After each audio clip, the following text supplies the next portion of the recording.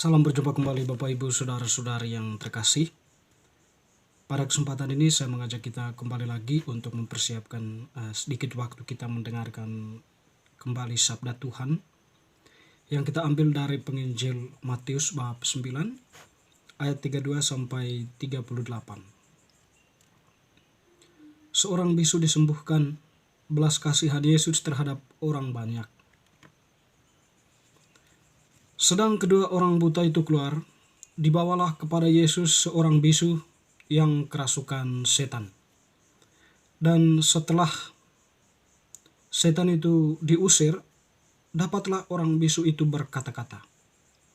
Maka heranlah orang banyak, katanya, yang demikian belum pernah dilihat orang di Israel. Tetapi orang Farisi berkata, dengan kuasa penghulu setan ia mengusir setan. Demikianlah Yesus berkeliling ke semua kota dan desa. Ia mengajar dalam rumah-rumah ibadat dan memberitakan Injil Kerajaan Surga, serta melenyapkan segala penyakit dan kelemahan. Melihat orang banyak itu, tergeraklah hati Yesus oleh belas kasihan kepada mereka, karena mereka lelah dan terlantar seperti domba yang tidak bergembala. Maka katanya kepada murid-muridnya, tuaian memang banyak, tetapi pekerja sedikit. Karena itu mintalah kepada Tuhan yang mempunyai tuaian, supaya ia mengirimkan pekerja-pekerja untuk tuaian itu. Demikianlah sabda Tuhan. Terpujilah Kristus. Teman-teman saudara-saudari yang terkasih, penginjil Matius yang kita dengarkan tadi mengisahkan Yesus yang menyembuhkan seorang yang bisu dan juga Yesus yang menaruh belas kasihan. Dalam peristiwa ini, sekiranya ada beberapa hal yang kita renungkan. Yang pertama, masih berkaitan dengan kuasa Yesus ya atas kegelapan atau roh jahat ya. Dan juga bagian yang kedua, Yesus yang menaruh belas kasihan kepada manusia. Pada peristiwa yang pertama, bagaimana Yesus menunjukkan kuasanya ya di hadapan dunia, atau mungkin kita katakan bahwa Allah yang berkarya di tengah kehidupan manusia. Di mana dalam peristiwa itu ditampilkan di sana seorang bisu ya. Kita tahu bahwa orang bisu itu tentu tidak bisa berbicara ya. Ada semacam mulutnya semacam terkunci untuk mengatakan sesuatu ya, atau untuk memberitakan sesuatu, untuk menyampaikan sesuatu. Ada kekuatan yang mengunci mulutnya. Nah, dalam konteks ini orang bisu itu tentu tidak bisa berkata-kata ya, menyampaikan apa menjadi pikirannya, karena orang pada umumnya tidak mengerti apa yang disampaikannya, karena orang-orang atau manusia pada keadaan normal ya, jadi bisa menganalisa, bisa mendengar, bisa mengucapkan sesuatu atau bisa memahami sesuatu kalau itu diucapkan secara verbal atau ada kata-kata yang terungkap. Tetapi ketika seorang itu menjadi bisu, tentu pada saat itu orang itu sangat sulit untuk menemukan makna atau inti dari pembicaraannya. Nah, karena itulah kemudian orang bisu itu dibawa kepada Yesus. Nah, ternyata dikisahkan dalam konteks ini ya, orang yang mengunci mulut orang bisu itu adalah roh jahat ya.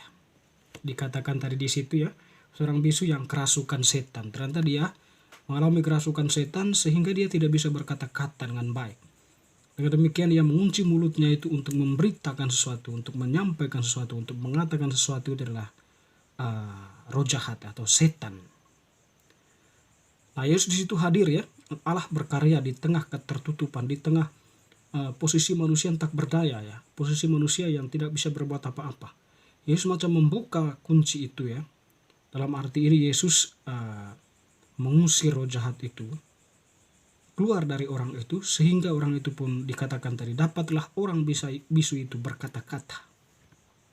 Itu bahwa roh jahat itu atau setan itu ya tidak berdaya di hadapan Tuhan, di hadapan Allah, di hadapan Yesus ya. Yesus mengusir mereka, lalu kemudian terbuka kembalilah pintu, terbuka kembalilah kunci atau gembok yang selama ini mengunci mulut orang itu, sehingga orang itu pun bisa berbicara, berkata-kata. Di sini tentu dalam peristiwa ini ya, Yesus mau menunjukkan bahwa Allah itu berkarya atau dalam diri Yesus itu ya Allah itu ya sudah menunjukkan kuasanya ya, atau kerajaan Allah itu sudah mulai sudah berkarya di tengah kehidupan manusia secara nyata di dalam diri Yesus. Tetapi yang menjadi persoalan di sini bahwa ada terus orang yang menyinjirnya ya. Di situ ditampilkan bahwa orang Farisi. Mereka berkata dengan kuasa penghulu setan ia mengusir setan ya. Nanti kan mereka tidak mengakui itu. Sebab mereka ya sangat membenci Yesus. Tetapi di situ ya orang banyak merasa heran ya. Yang demikian belum pernah dilihat orang di Israel. Artinya suatu peristiwa baru terjadi.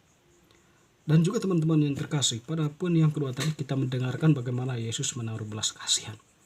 Tentu belas kasihan yang disampaikan Yesus ini lebih pada konteks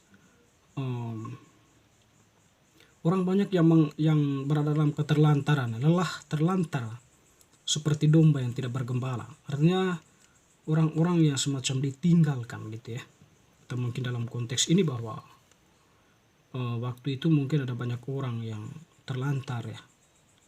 Atau ya mereka yang datang kepada Yesus, orang-orang sederhana ya. Di Yesus melihat mereka ya orang-orang yang kurang diperhatikan, karena pada umumnya waktu itu ya orang lebih pada mencari keuntungan diri ya.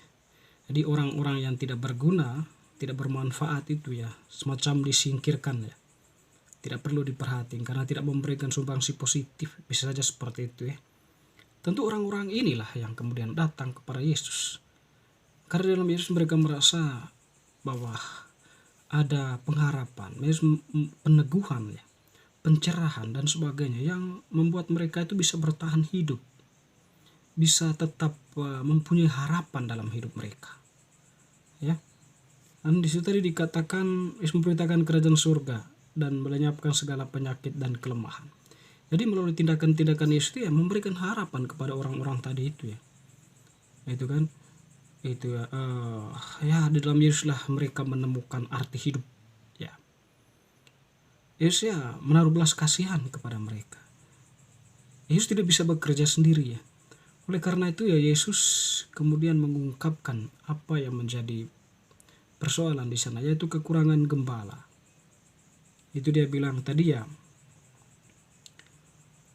tuayan memang banyak tetapi pekerja sedikit. Artinya kan orang-orang yang membutuhkan kehadiran kita atau kehadiran orang-orang yang berada dalam posisi Yesus, memberikan penghiburan, memberikan kekuatan, memberikan harapan kepada orang-orang yang berada dalam situasi terjepit, dalam situasi termarginalkan ya, dalam situasi tersingkirkan itu ya, sangat mengharapkan sosok Yesus atau ajaran Yesus itu bisa mereka alami, mereka bisa dengar, sehingga mereka itu mempunyai harapan itu tadi ya, mempunyai kekuatan, mempunyai hidup kembali, makna hidup mereka itu semacam ditemukan kembali.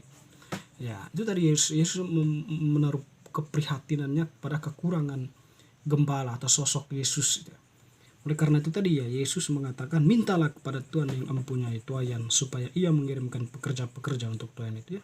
Dalam hari ini ya Yesus meminta kepada Bapa Allah untuk setidaknya ada banyak orang yang mengikuti Yesus, membantu mewartakan kerajaan Allah itu ya, mengajarkan umat-umat, dan juga ya bisa melenyapkan segala penyakit dan kelemahan. Singkat kata ya, membantu Yesus dalam memberikan makna hidup, memberikan kekuatan pengharapan bagi orang yang lemah dan itu tadi terlantar itu, sehingga mereka bisa menemukan kembali makna hidupnya. Dan Bapak Ibu, kalau kita kembali ke dalam diri kita masing-masing ya, mungkin kita yang mau dikatakan Tuhan, kita ini dipanggil sebenarnya ya untuk ini ya, untuk menjalankan tugas Yesus itu ya, imam, nabi, dan raja. Kita mewujudkan itu dalam kehidupan nyata dengan cara kita masing-masing, di mana ya di sana kita hadir menjadi pribadi yang bermakna bagi yang lain ya, dengan mendasarkan diri daripada apa yang menjadi pesan-pesan penting dari gereja, berlandaskan kitab suci ini ya, atau tradisi gereja, dan juga refleksi bapak-bapak gereja, magisterium ya, yang kemudian kita tampilkan itu dalam kehidupan nyata ya. Dalam arti ini ya tentu kita hadir sebagai pemberi atau hadir sebagai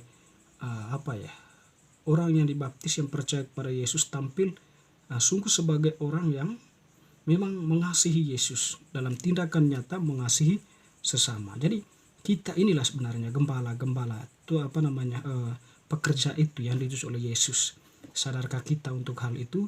Hanya diri kita yang tahu. Tentu dalam hal ini selain para imam, bapak uskup, atau para pewarta sabda yang lain. Diri kita juga dalam sakramen baptis yang kita terima mempunyai imamat umum untuk menjalankan tugas Kristus itu. Semoga bacaan hari ini semakin meneguhkan iman kita. Amin.